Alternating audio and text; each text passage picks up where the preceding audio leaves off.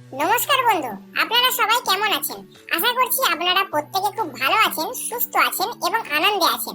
আপনাদের জন্য নিয়ে এসেছি কলকাতা ফটাফটের বেস্ট রোলিং টিপস নিয়ে।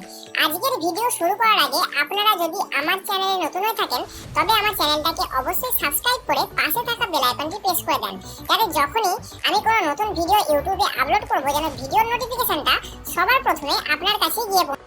চলুন আর বেশি দেরি না করে দেখে নেওয়া যাক আজকের শুভ সংখ্যা বা লাকি নাম্বার কি কি।